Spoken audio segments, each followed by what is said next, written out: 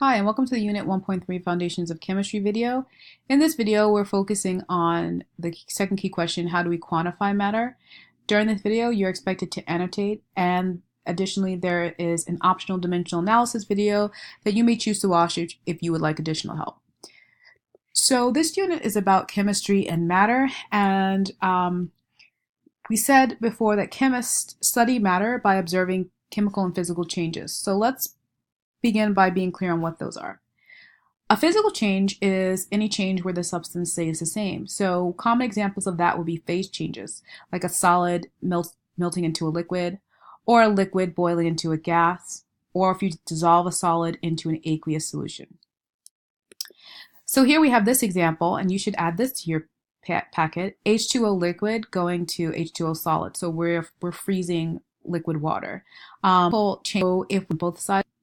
So end up with what you start for everything. And so what we're going to for, I want you to take a reaction. Let's take a look at the thing apart. You break that, does it all. And then bromide, zinc is nitrate. We're going to be looking for a acid base and the acidic and as a side, this is you would have to have that moment first when it's hard to part.